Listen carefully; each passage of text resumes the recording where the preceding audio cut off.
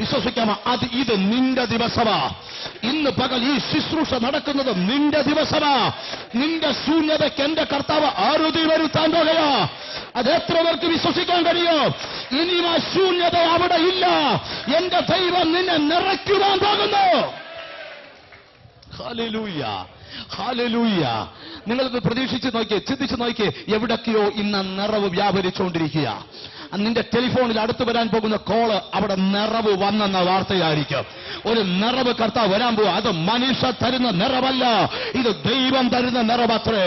ഇതിനകത്തിരിക്കുന്ന നീ ഒന്ന് ചിന്തിക്കണം. ഇന്ന് ഇവിടെ ഒന്നും നടന്നില്ലെങ്കിലും വേണ്ടിയല്ല, എനിക്കൊന്ന് ആത്മാവിൽ നിറഞ്ഞേച്ചു വിടുന്നു പോണം. ബ്രദർ ശ്രദ്ധിച്ച്, ദൈവത്തിന് സ്വത്രം. 100 കൊല്ലം ഭൂമി ജീവിച്ചിരിക്കുന്നതല്ല ആമി അനുഗ്രഹം, മറിച്ച് ആത്മാവിൽ നിറഞ്ഞു ജീവിക്കുന്നത് അനുഗ്രഹം. ആഗ്രഹമുണ്ടോ? ഇന്ന് ശരിക്കും ആത്മാവിൽ നിറയണം. എനിക്ക് ശരിക്ക് കൈയടിച്ചെന്ന് ആത്മാവിൽ നിറയണം. എനിക്ക് പ്രാർത്ഥിച്ച് പ്രാർത്ഥനയിലൊന്ന് നിറയണം. എനിക്ക് അഭിഷേകത്തിലൊന്ന് നിറയണം. നിറയാൻ താല്പര്യമുണ്ടെങ്കിൽ നിന്നെ നിറയ്ക്കാൻ കർത്താവ് തയ്യാറായി. ഇന്നിതിനാ യേശുവിന്റെ നാമത്തില് ബ്രദർ, നീ നിറയുമ്പോൾ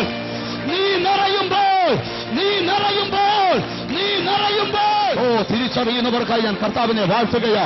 ബ്രദർ, നീ നിറയുമ്പോൾ തന്നെ നിന്റെ കുടുംബത്തിൽ അത്ഭുതങ്ങൾ സംഭവിക്കുകയാ. നീ നിറയുമ്പോൾ തന്നെ അനുഗ്രഹം നിന്റെ കുടുംബത്തിൽ വ്യാപരിക്കുകയാ. ഇന്ന് നിന്നെ നിറച്ച് ദൈവം തിരിച്ചുവിടത്തുള്ളൂ. എത്ര പേർക്ക് താല്പര്യമുണ്ട് ആരാധന കഴിയുമ്പോൾ ഒരു നിറം അനുഭവിക്കണം എനിക്ക്? ബ്രദർ, ദൈവം എന്നോട് പറയുന്നു, ഈ കർത്താവ് നിന്നെ നിറയ്ക്കാൻ പോകുകയാ. ബ്രദർ, എന്നോട് കർത്താവ് പറയുന്നു, അവൻ ഇന്ന് ഇതിനകത്ത് ഇറങ്ങിയിട്ടുണ്ട്. എന്തിനാ? നിന്നെ നിറച്ചു മടക്കി അയക്കാൻ. ഇതുവരെ നിന്റെ ലൈഫിൽ കണ്ടിട്ടില്ലാത്തൊരു നിറവ് എന്റെ കർത്താവ് ഇതിനകത്ത് തരാൻ പോകുകയാ. അത് എത്ര പേർക്ക് വിശ്വസിക്കാൻ കഴിയോ? ബ്രദർ, ഒരു വലിയ നിറവ് കർത്താവ് തരാൻ പോകുകയാ. ഇതുവരെ നിന്റെ ലൈഫിൽ കണ്ടിട്ടില്ലാത്തൊരു നിറവ്. വേദപുസ്തകം എന്താ പറയുന്നത്? എഫേസ്യ ലേഖനം 5-ാം അധ്യായം 19-ാമത്തെ വാക്യം പഠിക്കുമ്പോൾ വചനം പറയുന്ന ശ്രദ്ധിച്ചു കേട്ടെ. നിങ്ങൾ ആത്മാവിൽ നിറഞ്ഞവരായി. ബ്രദർ, എങ്ങനെ നിറയണം? നിങ്ങൾ ആത്മാവിൽ നിറയണം.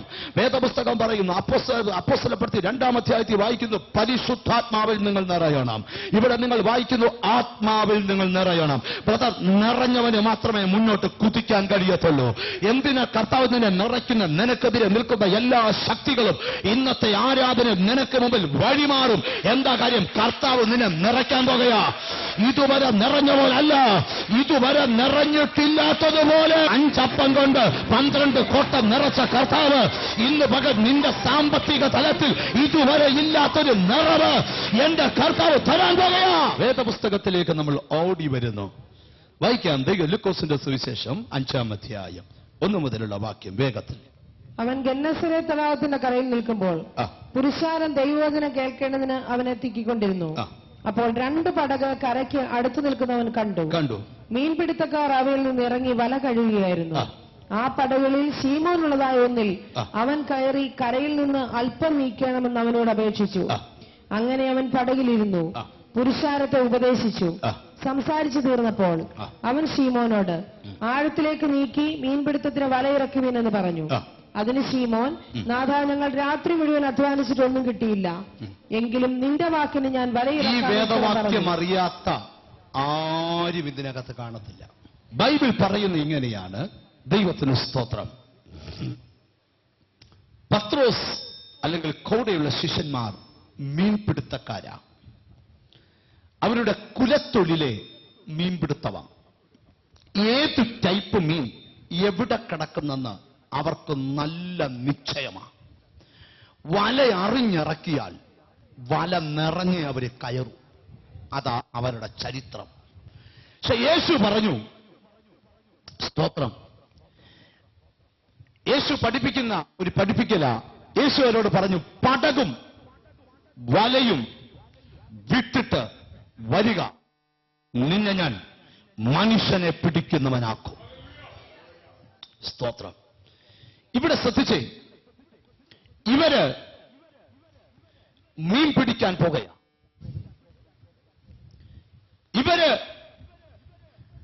മീൻ പിടിക്കാൻ പോയി മീൻപിടുത്തം തുടങ്ങി. ഒരു രാത്രി മുഴുവൻ പിടിച്ചു. റിസൾട്ട് ഒന്നും കിട്ടിയില്ല. Praise God. ഇവരുടെ വീട്ടിലുള്ളവരെല്ലാം പ്രതീക്ഷയോടിരിക്കുക. ഇപ്പോൾ ഒരു കോരി കൊണ്ടുവരും, അതിനൊരു മറുപടി നമുക്ക് കാണാൻ കഴിയുമെന്ന് അവരാഗ്രഹിച്ചിരിക്കുക. പത്രോസിനും കൂടെയുള്ളവർക്കും വീട്ടിൽ പോകാനൊക്കുന്നില്ല.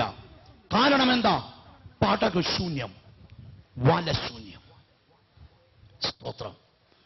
ഇവിടെ ഇരിക്കുന്ന ചിലരോട് ഞാൻ ദൈവാത്മാവിൽ ഓർപ്പിക്കാം, പുറത്താരോടും പറയുന്നില്ലെങ്കിലും ആർക്കും പരിഹരിക്കാൻ കഴിയാത്ത ശൂന്യത അനുഭവിക്കുന്നവർ ഇതിനകത്തിരിപ്പുണ്ട്. നിന്നെ അടുത്തറിയുന്ന കർത്താവ് നിന്നോട് ദൂത് പറയുക, നിന്റെ ശൂന്യതയ്ക്ക് എന്റെ ദൈവം ഒരു അറുതി വരുത്താൻ പോകുക. പരിശുദ്ധാത്മാവ് എന്നോട് പറയുന്നു, ഇന്ന് ശൂന്യതകളുടെ മേൽ കർത്താവ് നമുക്ക് ജയം തരാൻ പോകുക. എത്ര പേർക്ക് വിശ്വസിക്കാൻ കഴിയും? ബ്രദർ, ഏതൊക്കെ ഏരിയയിൽ ശൂന്യത വ്യാപരിക്കുന്നുണ്ടോ അവിടൊക്കെ എന്റെ കർത്താവ് ഇറങ്ങി തൊടാൻ പോവുക. ഇന്ന് നിന്നെ ഇവിടെ കൊണ്ടുവന്നത് നീ ശൂന്യനായിരിക്കാനല്ല, നിന്റെ ശൂന്യത മാറ്റിയിട്ട് എന്റെ ദൈവത്തിനൊരു നിറവ് തറയ്ക്കാനാ. അടുത്തിരിക്കുന്ന ആളെ നീ ശ്രദ്ധിക്കണ്ട, നിനക്ക് നിറഞ്ഞോണം. എന്റെ കർത്താവ് പറയുകയാ, മുട്ടോളമല്ല അരയോളമല്ല, നീന്തിയിട്ടല്ലാതെ കടക്കുവാൻ കഴിയാത്ത ഒരാത്മനദിയിലേക്ക് ഒരു കാര്യം തിരിച്ചറിഞ്ഞ് ഇന്ന് ശൂന്യതകൾ വഴിമാറാൻ പോകുകയാ. കർത്താവ് പിന്നെയും എന്നോട് പറയാൻ പോകുന്നു, നിന്റെ വീടിനകത്ത് നിന്ന് ശൂന്യത വരുത്തിയ ദുരാത്മാക്കൾ ഇന്ന് നിന്റെ വീട്ടിൽ നിന്ന് ഇറങ്ങിയോടാൻ പോകുകയാ. ഓ ഡസ്ബിക്കോടിയ പരിശുദ്ധാത്മാവ് ഇതിനകത്ത് ചലിച്ചു തുടങ്ങുകയാ. ബ്രദർ, നിന്റെ വീടിനകത്ത് താമസിച്ചുകൊണ്ട്, നിന്റെ ബിസിനസ്സിനകത്ത് കുടിയിരുന്നുകൊണ്ട് ഒരിക്കലും ഈ ശൂന്യതയിൽ നിന്ന് വിടുതലില്ലെന്ന് പറയാം. ചില ആൾക്കാർ പറയാറുണ്ട്, ഒരിക്കലും എന്റെ ലൈഫിൽ ശൂന്യത മാറത്തില്ല. ചില പറയുന്ന, ബ്രദർ ഇതെന്റെ വിധിയാണ്. അല്ല ബ്രദർ, നിന്റെ അധ്വാനത്തിനകത്ത് തമ്പുരാന്റെ കരം ഇറങ്ങിയാൽ അവിടെ ഒരു നിറവ് നടക്കും. എന്നോട് കർത്താവ് പറയാ, വർഷങ്ങൾ കൊണ്ട് അധ്വാനിച്ചിട്ടും ഒരു നന്മ കാണാൻ കഴിയാത്തവർ ഇതിനകത്തിരിപ്പുണ്ട്. ഇന്ന് കർത്താവ് പറയുന്നതിന്റെ ഫൈനാൻഷ്യൽ ഏരിയയിൽ ഒരു ബിഗ് ഡെലിവറൻസിന് നടക്കാൻ പോവുക. ഇന്ന് ചിലതിന്റെ കെട്ടു ദൈവം പൊട്ടിച്ചു വിടാൻ പോകുകയാ. കർത്താവ് എന്നെ കാണിക്കുന്നു, ചില കുടുംബങ്ങളിൽ നിന്ന്, ചില ബിസിനസ്സിനകത്തു നിന്ന് ദുർശക്തികൾ ഇറങ്ങിപ്പോകുകയാ. ഇനിയും നിന്റെ വീട്ടിൽ ദാരിദ്ര്യം വിളയാടാതെ വണ്ണം യേശുവിന്റെ കരം ഇന്ന് ചിലതിനെ തൊട്ടുകൊണ്ടിരിക്കുകയാ. ഈ ഓഡിറ്റോറിയത്തിന് മുമ്പ് തൊട്ട് പുറകെ വരെ ദൈവത്തിന്റെ അഗ്നി കത്തിക്കൊണ്ടിരിക്കുകയാ, ദൈവത്തിന്റെ അഭിഷേകം കത്തിക്കൊണ്ടിരിക്കുകയാ, ദൈവത്തിന്റെ ആത്മാവ് ചലിച്ചുകൊണ്ടിരിക്കുകയാ, പരിശുദ്ധമായ ആഴത്തിൽ ഇടപെട്ടുകൊണ്ടിരിക്കുകയാ. എന്റെ ദൈവത്തിന്റെ മഹത്വം ഇതിനകത്ത് ഇറങ്ങിക്കൊണ്ടിരിക്കുകയാ.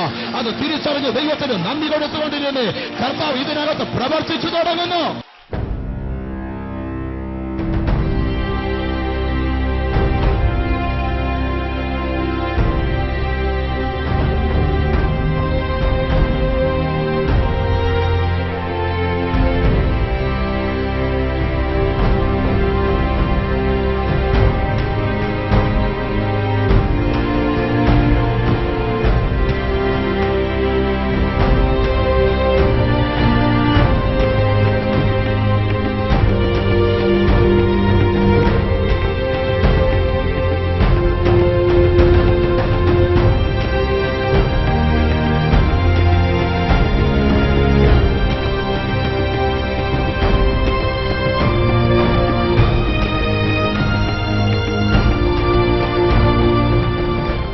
എന്തായിരുന്നു ബ്രദർ?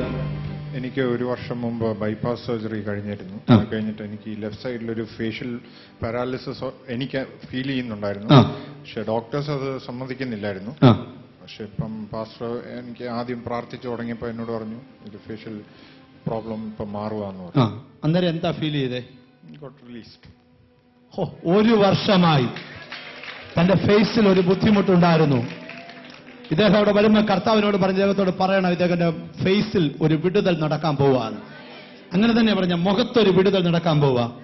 ആ നിമിഷം തന്നെ തൊട്ടു. നിങ്ങൾ നോക്കിക്കേ, ഭയങ്കരമായൊരു വിടുതൽ കർത്താവ് തനിക്ക് കൊടുത്തു. ബ്രദർ എവിടുന്നാ വരുന്നേ? കോട്ടയം. ഈ ബ്രദറിന് വേണ്ടിയായിരുന്നു ഈ യോഗം. കരമടിച്ചൊരു ഹല്ലേലൂയ പറഞ്ഞേ. എന്തായിരുന്നു ആന്റി? ഞാൻ വലിയ ഭാരത്തോട് കൂടിയാ ഇവിടെ വന്നത്.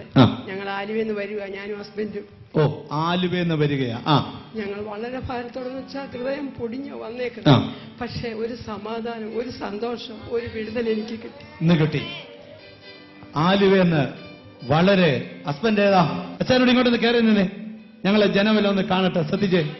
ഹല്ലേലൂയ. ആലുവെ കിടന്നവരെ ഭാര്യയും ഭർത്താവിനെയും കർത്താവിന് അറിയാമെങ്കിൽ നമ്മളെ എല്ലാം കർത്താവിന് അറിയാം. സിസ്റ്റർ, മനസ്സിലൊരു സമാധാനം മാത്രമല്ല, ഞാൻ ഉറപ്പ് തരുന്നു, നിങ്ങൾ ഇന്ന് വന്ന വിഷയത്തിൽ നിങ്ങളെ രണ്ടുപേരെയും കർത്താവ് വിടുവിച്ചിട്ടുണ്ട്. ഈ ആന്റിക്ക് ദൈവം കൊടുത്ത അനുഭവം ശ്രദ്ധിച്ചേ. ആന്റി എവിടുന്നാ വരുന്നേ? കണ്ണൂരിൽ നിന്ന്. കണ്ണൂരിന്ന് വന്ന ആന്റിയാ? കണ്ണൂരിന്ന്. ഇപ്പൊ എന്താ സംഭവിച്ചേ? എനിക്ക് ഒത്തിരി കുടുംബത്തിന്റെ ആവശ്യങ്ങളുമായിട്ടാണ് മുന്നിൽ വന്നേ. അത് ഓർത്ത് ഞാൻ ഒത്തിരി വിഷമിക്കാറുണ്ട്. ഇപ്പൊ എനിക്ക് മനസ്സിനൊരു സമാധാനം, വിടുതൽ കിട്ടി. ഒരു സമാധാനം, വിടുതൽ കിട്ടി, എന്റെ ഭർത്താവിന് കിട്ടി, എന്റെ മക്കൾക്ക് കിട്ടി. ഈ ആന്റി പറയുക, ആന്റിയുടെ ഭർത്താവിനൊരു വിടുതൽ കിട്ടി, മക്കൾക്കൊരു വിടുതൽ കിട്ടി, ഒരു വലിയ സമാധാനം. ബ്രദറെ, മെഡിക്കൽ സ്റ്റോറിൽ മരുന്ന് കിട്ടും, ബേക്കറിയിൽ ഹലുവ കിട്ടും. സമാധാനം കിട്ടുന്ന ഒറ്റ മെഡിക്കൽ സ്റ്റോറും ഇല്ല. സമാധാനം കിട്ടുന്ന ഒരു സ്ഥലമാണ്. അത് ദൈവം ഈ മകൾക്ക് കൊടുത്തു.